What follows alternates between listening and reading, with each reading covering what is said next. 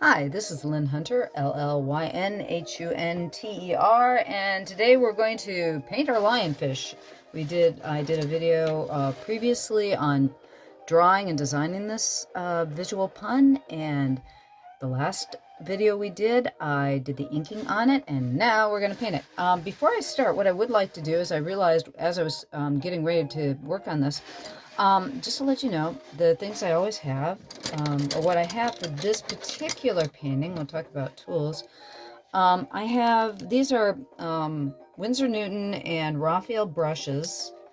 And it's actually, you can tell they're Winsor Newton from the Raphaels because the Raphaels have got the orange tips, and the Winsor Newtons have, usually it's like, when I'm buying it at stores, they always put the, these barcode things at the bottom of them, which is annoying as you know what. And the other ones, after a while, I wear off the gold. It's usually written in gold, not on Winsor Newton. These are Series 7 and or sable brushes. If you're doing watercolor of any kind, I would highly recommend them. They are a bit pricey. I get my stuff from Blick. They have some of the best prices on brushes.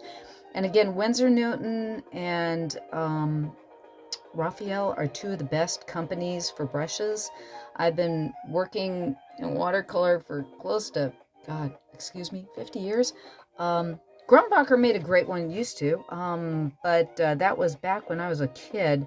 So I can always count on Winsor Newton or Raphael to make the best brushes. They're pricey, they're worth it. I cannot say these brushes here, some of them are probably 10 years old, if not older.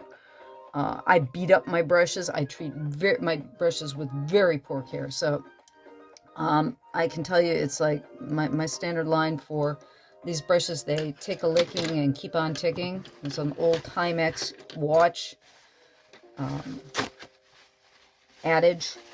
What I wanted to stop and show you before we got going, because I started doing it with this palette here.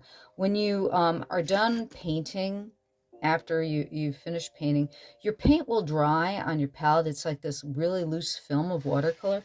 All you've got to do is take a little water on a paper towel, and literally you just kind of wipe it down inside your palette.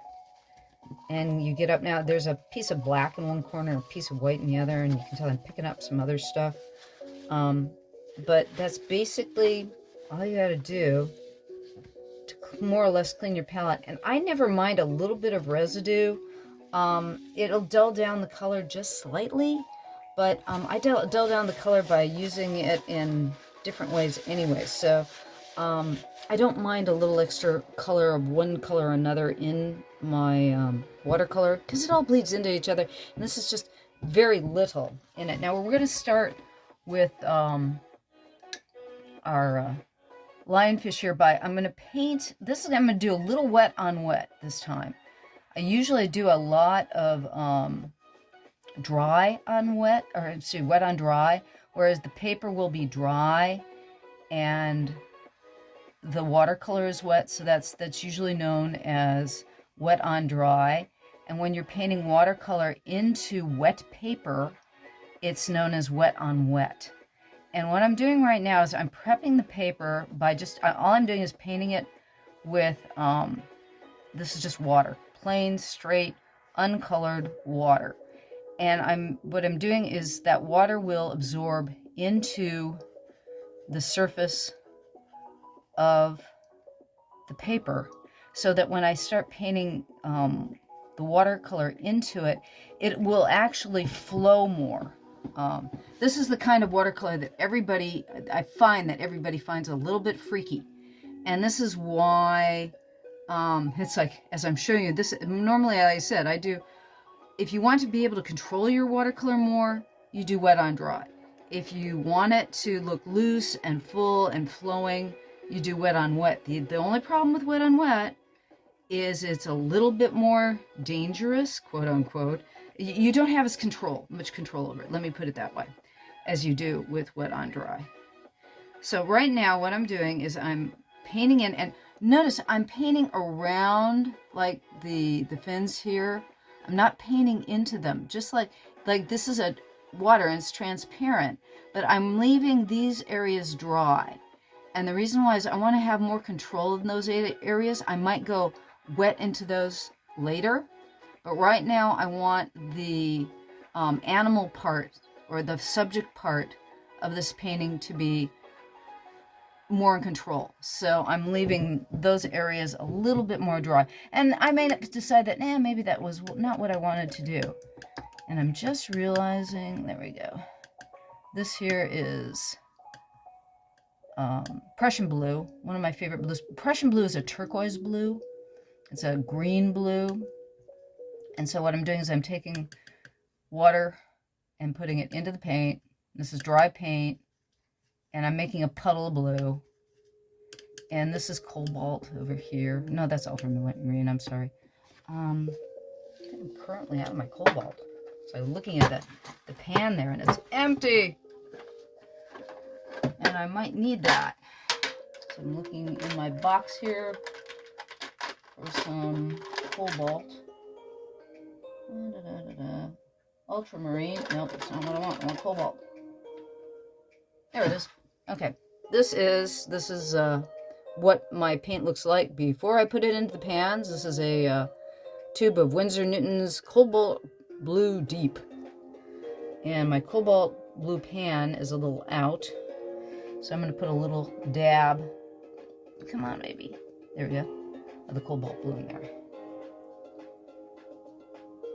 Because I have... cobalt is a little bit of... more what should I say? It's a more robin's egg. It's a turquoise. It's blue to the green side, and ultramarine is blue to the red side. And so these three blues are all slightly different. You're gonna find that Prussian blue is going to be your most turquoise. It's got the most green to it. The other two, I should say, the cobalt is more of a cool blue, and the ultramarine is warmer. It's the other way around. Oh, I'm doing well today, aren't I? I will have to look that up and tell you the next time I talk to you to make sure that I know what I'm talking about on that one. It's kind of like when you've been painting for so long, you get to the point where you're going, I know I want that one. That one's more purpley, and that one's warmer, that one's cooler. And then you put it down and going, no, that was the wrong blue. And you just pull out a different blue. I swear, that's honestly, when I'm painting, a lot of times, that's the way it happens. But right now, again, we're painting blue into water now. So we've got a liquidy blue here. This is primarily Prussian. And what I'll do is I'll mix in all three blues in different amounts, just randomly. And what that does is the pigments decide on their own which one's going to go into the other one. And since, okay, this is ultramarine, which is a little bit to the red side or the purpley side compared to the Prussian, and it's got actually heavier pigments in it. So the thing is that it's got little grains of pigment in there, so that when the pigment dries, it'll have like little dots in it, and it gives texture and character to the color. Whereas the Prussian blue is more of a dye-based blue, so it'll go down flatter without a lot of graininess in it. And between the two of them, when they come together, the chemicals in the two paints will cause the colors to mix ever so slightly differently. And so right now I'm painting kind of around my lionfish. And you'll notice I really dipped into his tail there. And that doesn't matter. What'll happen is when you've got a little bit of overlap, it'll let it feel less like it's cut out. If you make it nice and clean and the lines super clean, it'll almost feel like you cut it out of the paper itself. And if that's a feeling that you want, if you want it to stand out that way, there's nothing wrong with that either. I've had people criticize my work by saying, oh, there are too many lines, you're too linear, you outline everything. And that's my style. I like to outline stuff. I find that if I outline like this character here, he stands out better. In watercolor, sometimes it's better to outline because it's the losing and the finding of edges that makes things stand out or fade away. And with watercolor, unfortunately, your values have a tendency, it's difficult to really get darks in watercolor. You have to throw, I mean, a lot of people will say stay away from black. But here's one thing too, in watercolor, if you stay away from black and you stay away from dark colors, then you never get that intensity of change in value. And that is often rather difficult to get when you're working just in watercolor. That's why a lot of people like acrylic over watercolor, in the respect that you can treat acrylic almost like gouache, which is an opaque watercolor, or like oil, and you can get a better quality of opacity, whereas watercolor is very transparent. There are some hues that are more opaque than others, and it's just a matter of how you use them. So this one brush I'm using likes to throw off little dots of water, and so I'm getting a little bit of paint splotches off camera or off to the side of where, you know, I ruled 1 inch around to keep open. If I don't like those dots or they bother me afterwards, I will scrape them out with an X-Acto knife blade. If you looked at the earlier videos concerning this particular painting, now I want to keep that area around the shrimp open.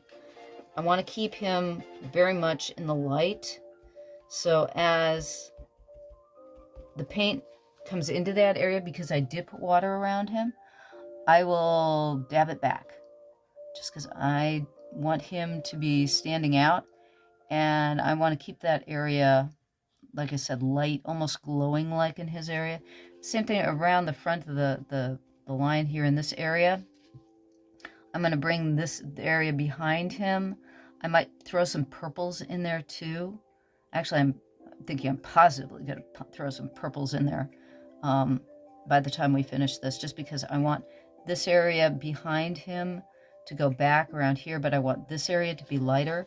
So I'm just dabbing out that area right there so that it keeps, I can always come back in and add more paint in that area. But right now I'm going to leave it like that. And now you can see when it's starting to dry, we're going to get some foxing. We're going to get some interesting edging. I like to, usually I'll dot the edges a little bit just so I can keep it more of a vignette. The whole thing is supposed to be a vignette. Yeah, I've got a paper towel that's got some paint on it. Again, if something happens in a way that I don't want it, there's always the potential to scrape off what I didn't like, or if something happened in a way I didn't like it. Don't let anybody ever tell you you can't fix a watercolor painting. You might not be able to fix it entirely. I think probably in the next video or the video after that, I am going to, I almost destroyed a painting. I dumped coffee on it. And it was another lion, no less. I think I've got a trend here with lions. But I dumped coffee on it. And I'm thinking of either using gouache, or I'm thinking probably opaque acrylic to fix it, just because because I got the coffee on it, I want to find a way to fix it and save the painting more or less. So the next thing I'll probably save the painting. Now, what I'm showing to you right now is, this is ultramarine violet, and the other one that I've been using is permanent mauve. And I'll change my purples. I've been going through, you know, okay, does this purple work or does that purple work? I do not mix my purples. I buy a purple. You're never going to get as nice a purple by mixing blue and, say, alizarin crimson than you are if you use it straight out of a tube. I know maybe there are some artists out there that can get their purples to work for them straight out of a tube, but I'm not one of them. What I'm doing right now is I'm using that mauve and the violet, It's like, why is it that when we're painting, we call it violet, but when we're kids, we're told it's purple? And when you which is kind of odd too. Where do we get that word purple? That's another one for me to look up, because when you get paint in tubes, you never see the color purple. It's never called purple. It's called something else. Usually it's called violet, but I don't think I've found too many quote unquote purples. They call them violet, and not sure why that is. But anyways, this is a combination of the two, because the mauve is of course to the red side, and the ultramarine purple or ultramarine violet is, guess what, to the blue side. And they never seem to be the right hue for me. I always have to do a little bit of mixing. It's like it's always a little bit too cool or a little bit too warm. And what I'm doing right now, as I'm telling you, why the heck are you using the violets in the first place? The reason why I'm choosing violet is I'm painting the shadows. I'm putting the initial shadows down. Now, there will be a secondary layer of shadows and maybe a tertiary layer of shadows. But one of the things you want to do when you're doing watercolor, it's kind of like if you've ever seen in digital painting, they'll do this too. You lay down your shadows and then you put the color in on top of your shadows. And that way you set up your volume for your subject matter first. And you get the darker colors have gone in first. You've got that dark layer, and it gives you a direction of where you're going. You get your volumes set up for whatever you're working on. And it's really nice for layering over the top. I can promise you, once you lay another secondary color over the top of these, a lot of the purple will disappear, and then you've got to lay in shadows again. But it's a good standard I do anyways, is to lay in my shadows with watercolor first. And it's a really quick way of, you can tell the volumes of everything is coming in. And I'm thinking I'm going to leave the shadows on him in purple, or him. Why is it a him? Why isn't it a she? Oh, I guess the thing is it does have a mane, or I gave it a mane, so I guess it would be a he, wouldn't it? It's like, why do I keep on calling this lion he? Why couldn't this lion be a she? Because the lion has a mane, and if it's got a mane, it's like a boy with a beard. The boys have the beards, the girls usually don't. Sex traits. Just, there we go. Get that in there a little more. Now I'm going to leave the purples on him. We're going to throw a little bit of purple in our shrimp. Get a little volume in him. Now I'm going to use, I think, let's see here. I'm going to use some alizarin crimson. Alizarin crimson is a blue-red. It's good for making purples. If you want to make a purple, using alizarin crimson is a good color to work with, and maybe cobalt together make a good make a good purple. Also, alizarin crimson and viridian green, a blue green, makes some very interesting purples. But I'm going to use the alizarin crimson for the shadows in my seaweed, because my seaweed's going to be brown green. Basically, I'm thinking my seaweed's going to be raw umber, which is a yellow. Basically, it's an earthy yellow. Raw umber and yellow ochre is probably the yellowest of an earthy tone, whereas I like raw umber because it can go to more of a brown, or it can be an earth tone too.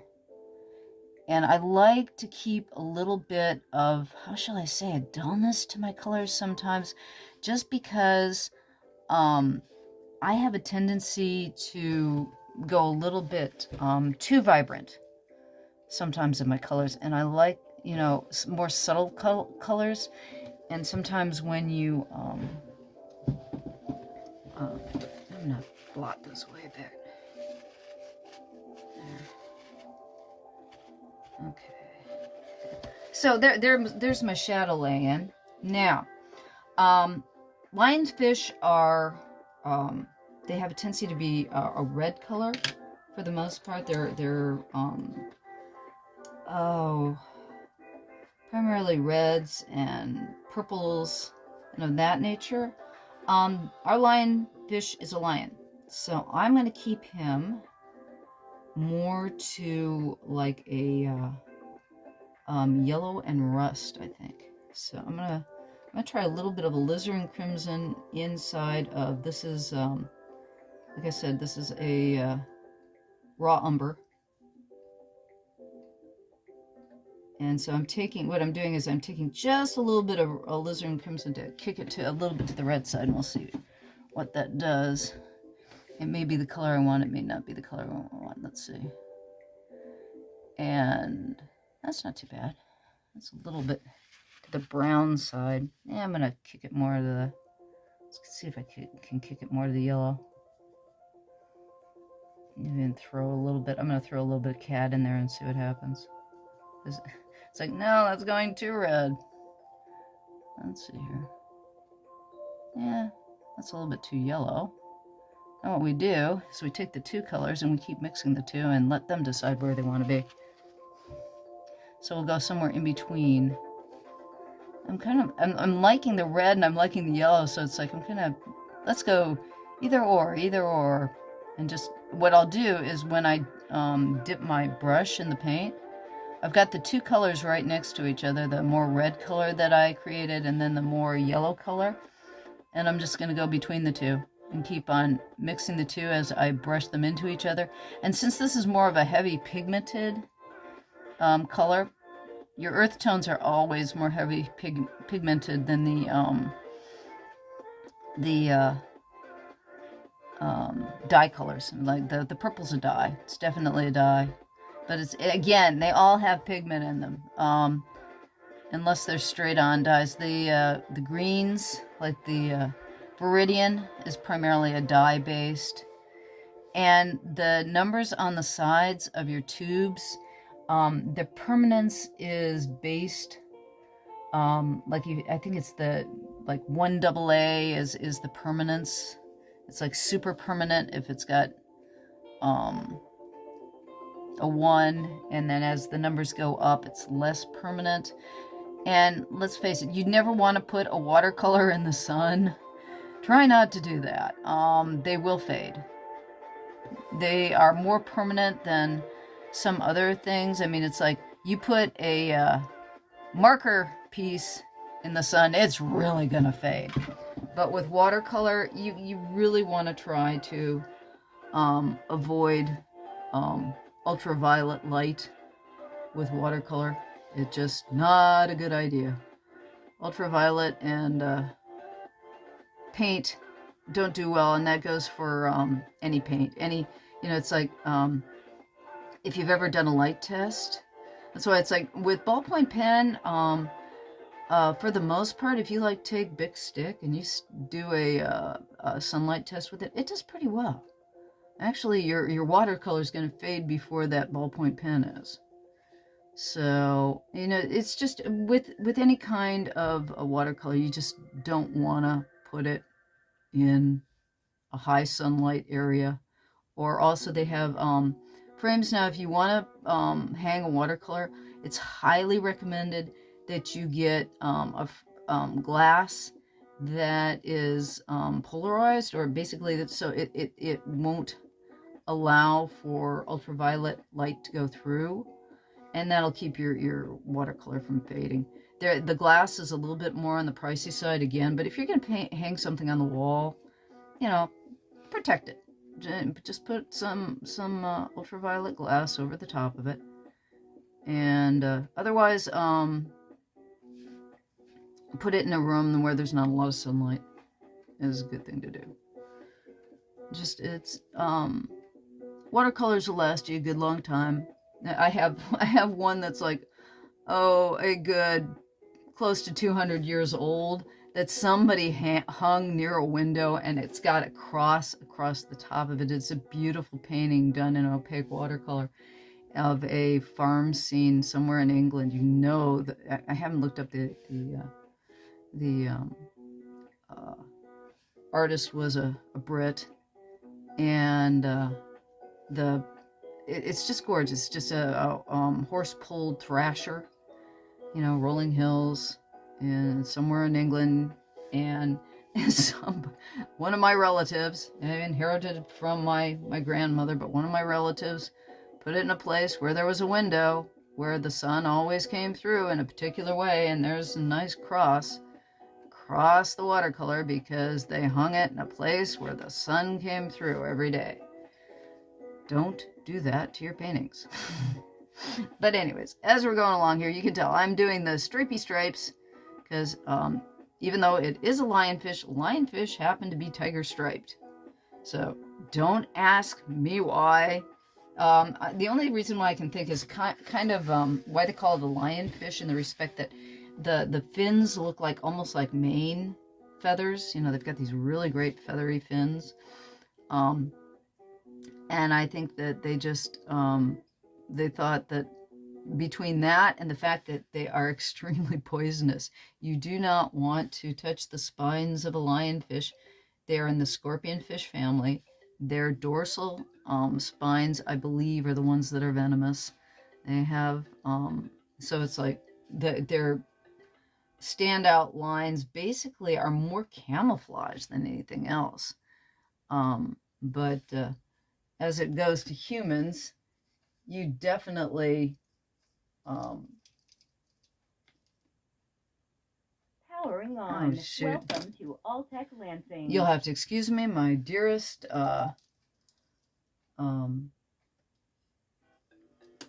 my audio system here is, it's an external audio system. It just decided to go, sorry, I'm quitting on you. Right in the middle of your painting. I'm going to quit on you, and you don't have any music in your background.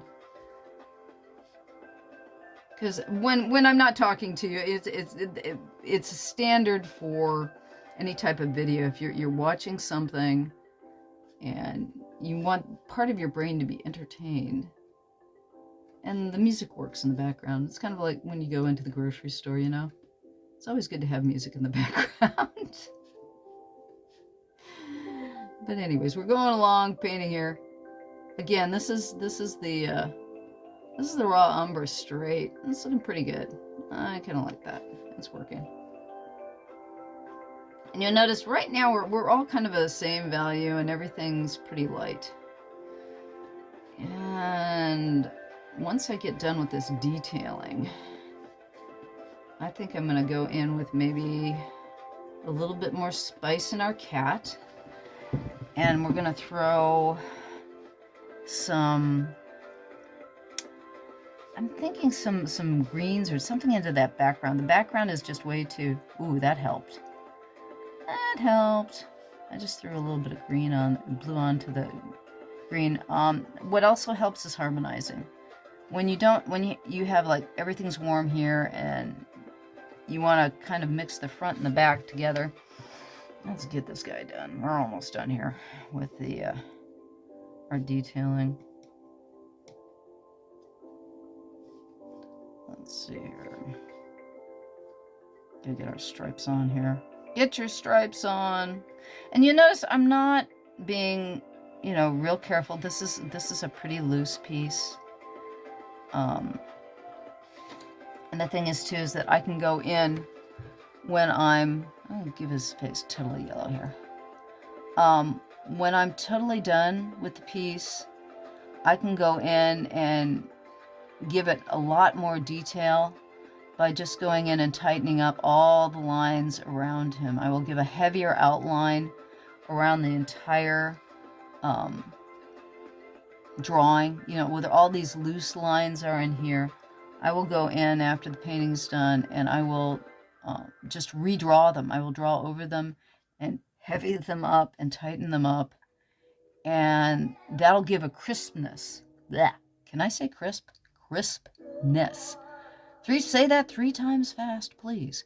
It'll give a better crisp quality to the painting and the drawing overall, and give a more detailed feeling to the whole thing. And that's why you can go in, it's a way of keeping this particular part of the painting loose. I'm going to give him some pink paw pads.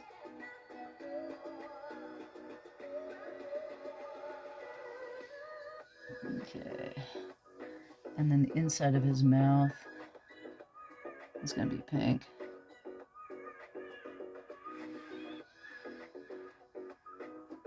And his nose is going to be pink. Now let that dry for a bit. And then I'm going to come in with some more yellow on that face. Let's see here. I think what I'm going to do too is I'm going to take some, a little bit of cad red.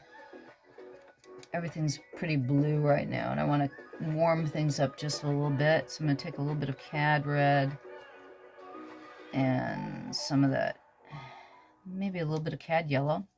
So we're going to brighten things up just a bit. I want to get some orange in here. There we go.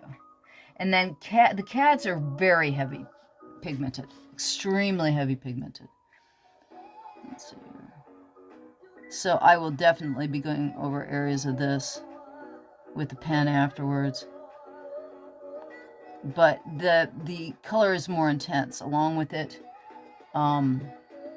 being a little bit heavier pigmented. That's not quite doing what I want either.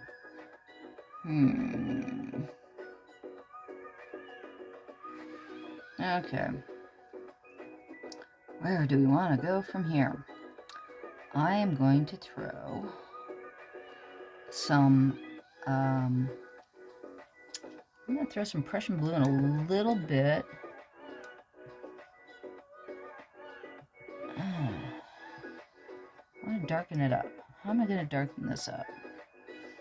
I'm trying to decide if I want to throw some green in there. I really don't want to throw green in though. I think I'm just going to throw some yellow. And just use the, I'm going to use the raw umber again and mix it in with the Prussian blue just a bit. Okay. I am just going to throw it right across its back. Because I want to, you know, pull it into the background a little more. Now I'm thinking just some more Prussian blue.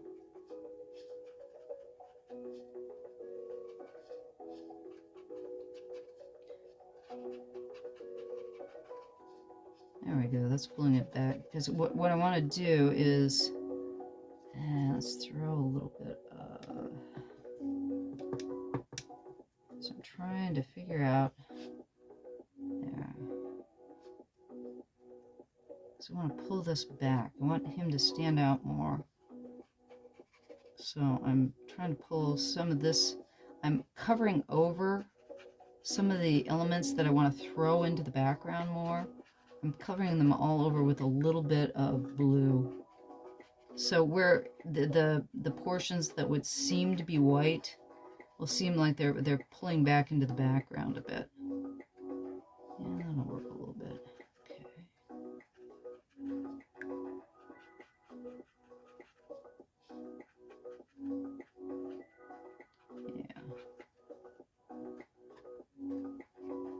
Yeah, that's working better. The other thing is that you'll note, because I'm scumbling in here, some of that yellow is mixing into the blue, and you're getting puddles of color that are mixing on their own. And because of that, it's actually something that I want. The paint will do things that I won't expect it to do, but what it'll do, it'll also make some interesting effects. And I have, from experience sake, I've found that sometimes when you let the paint do its own thing, you'll get the colors that you wanted or the effects you wanted, even though you weren't generating them. I've just mixed in yellow, like I just undid the yellow in with the purple, and I undid all that purple that was in there.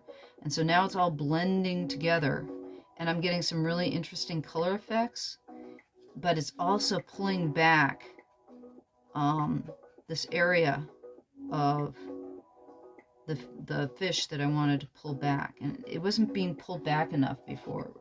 So it's like I wanted to get that in there. Now, and also notice right now everything feels a little bit heavy and a little bit mushy, and that's okay, because what's going to happen is that as this dries, it's going to dry light.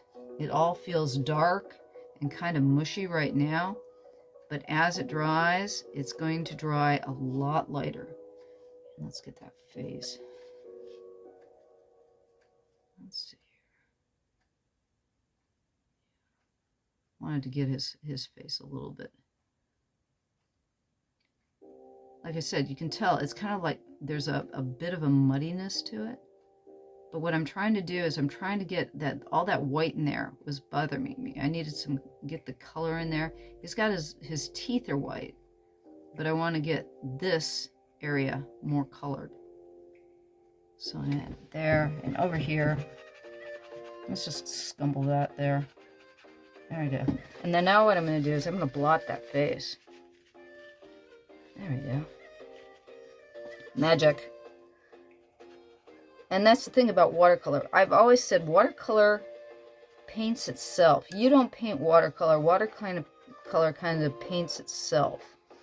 If you let it do its thing. It's like, see all the interesting colors that have mixed in here?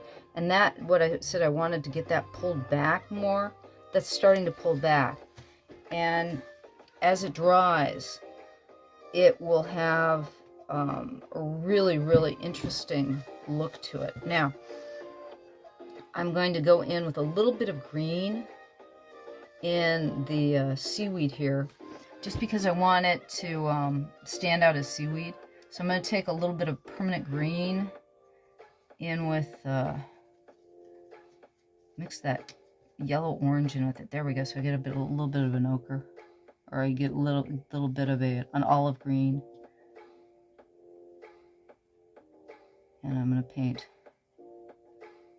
my kelp here. And I think I want a little bit even more yellow than that, so I'm going to pull some more yellow in. It's not getting yellow enough. It's not getting yellow enough. Okay. And like I said, with yellow pigments, they tend to be a little bit heavy. So again, blot that.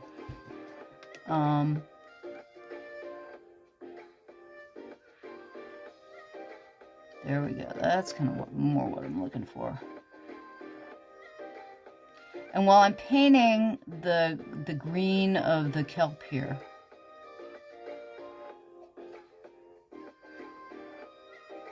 the areas that are in the background over here are going to dry more for me. And if I wanted those to dry faster, I'd pull out my blow dryer.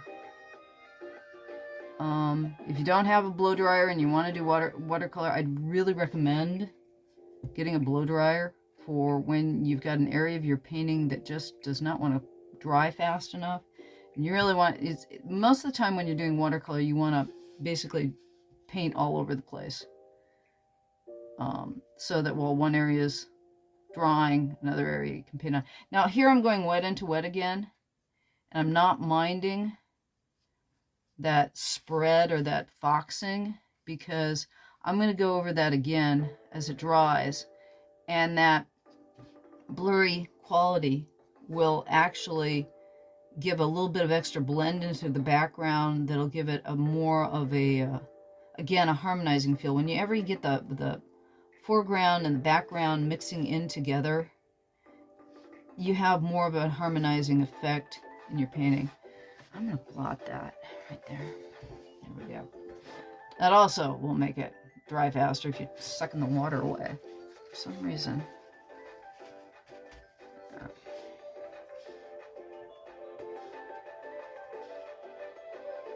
And besides, this is a water piece, so you want to give it a water effect, or feeling like we're in water. Okay. Alrighty. Let's see here. I'm going to turn off the camera for a second. I'm going to blow dry this sucker, and so we can get it completely dry, and then we're going to paint over one more coat on the top of it. Okay, the magic of blow dryers. Back. You can tell, I don't know if it's as clear on a video like this as it is with, sorry, let me move the camera just a bit. I'm not sure whether it's as clear on a video like this, but there was an immense amount of change in the watercolor and the color itself from the time that, it just took me about, no more than 5-10 minutes to blow dry the piece so it was dry enough to paint on again. You can see there's been a lot of change in the color and the placement, or at least I can see it. I don't know if it's as visual as able to see through the camera with this, but it's been dried back now, so I can go over into it now with color in the background again. And we're going to go in with a little bit of green, that green and the blue. And what I'm going to do this time is I'm going to lay in the color heavy. We're doing dry on dry this time. This is not wet on dry, this is dry on dry. And I'm putting in the color in the background I'm laying down the 3 different blues that I'm using, and probably dot in a little bit of purple occasionally.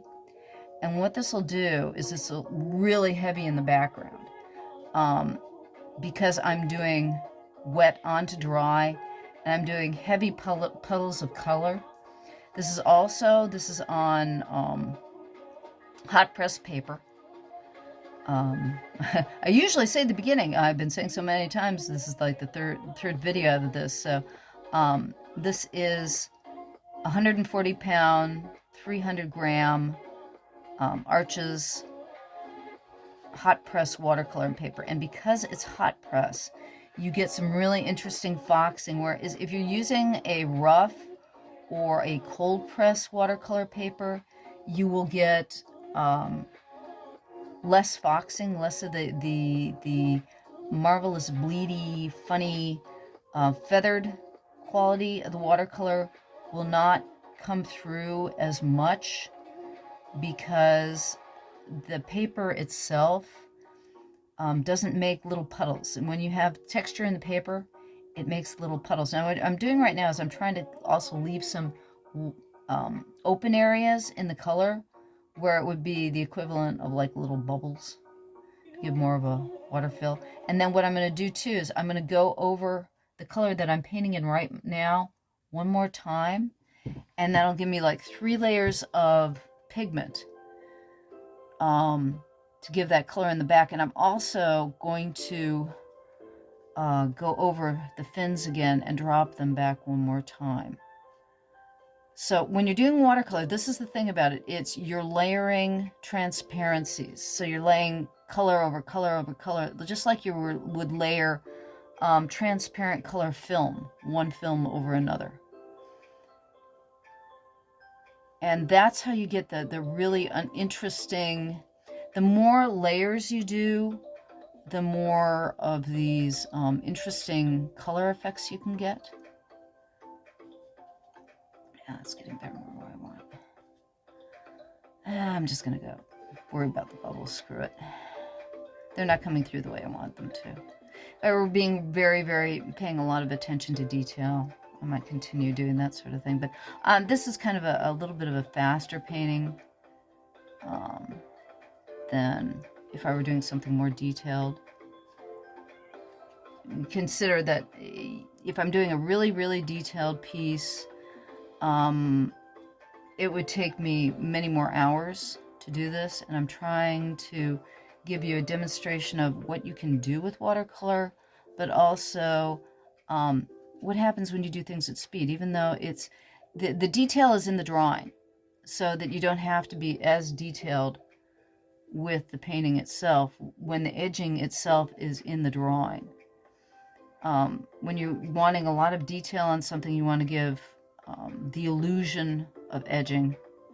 And you'll notice now I'm dipping into over the fins, so that I'm blending some of the foreground and the background together. And again, that harmonizes the painting. That gives it so it becomes one piece and it doesn't look like it's cut out as much. So that if I've got some blue into our lionfish here, he becomes part of the foreground and the background.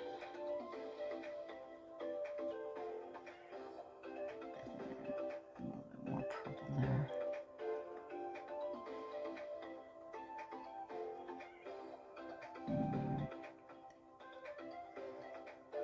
Okay. And as we go around this background here, we're just about done with this piece. It's like,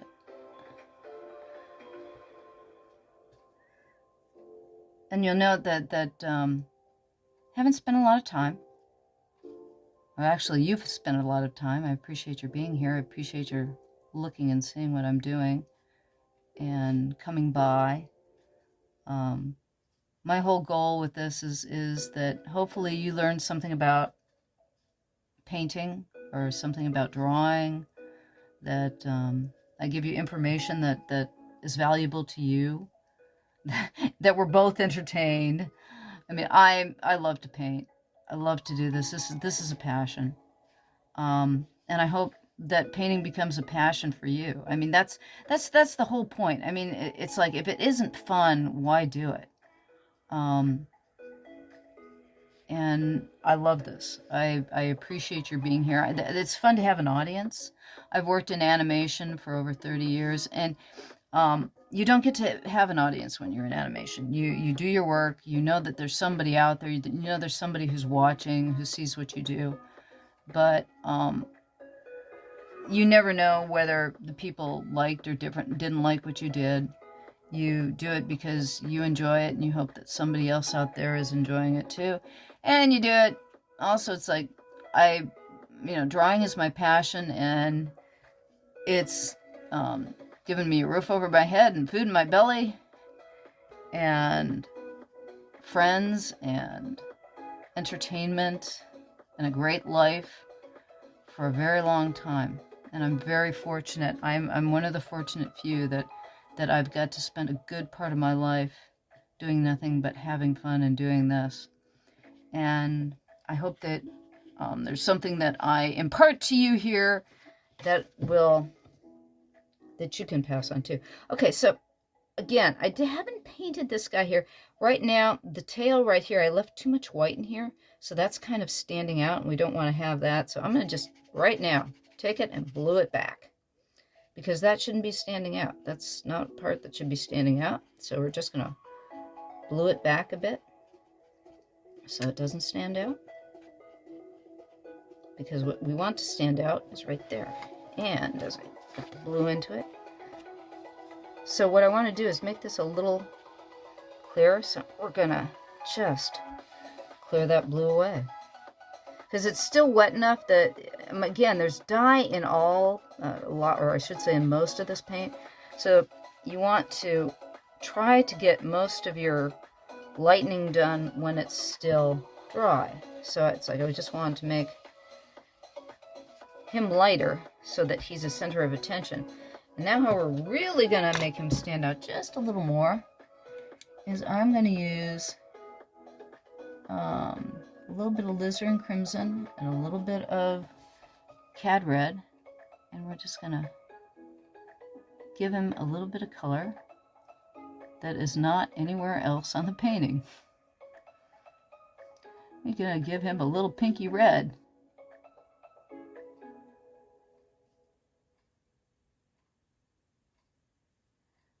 So he stands out just a little bit more than anything else on the page.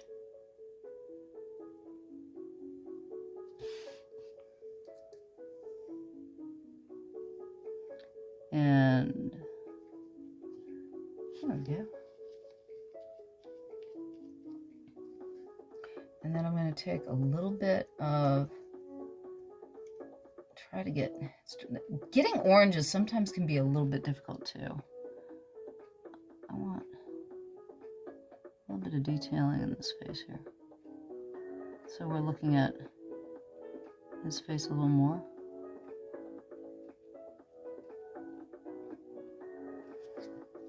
And then let's put a little bit of red into that tongue. The tongue is not really, this red will not be this red when it dries.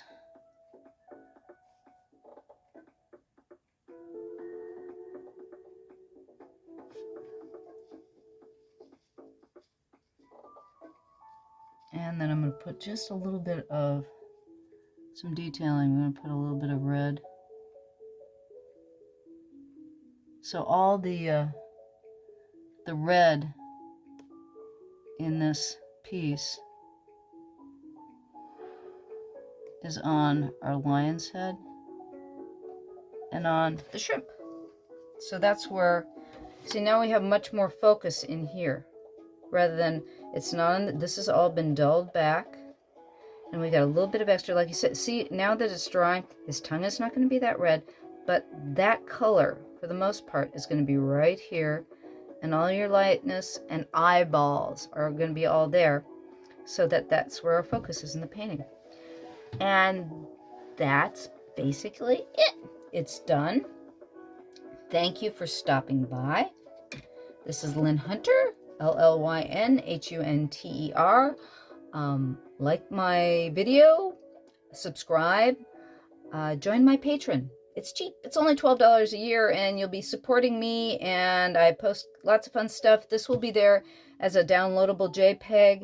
The coloring page from this will be on the Patreon as well, downloadable JPEG. You can go there and not be a patron. If you come back within 3 days of this posting, there will be a post there with the video on it, and the JPEGs will be there for you for free to download, just because you came here to watch me.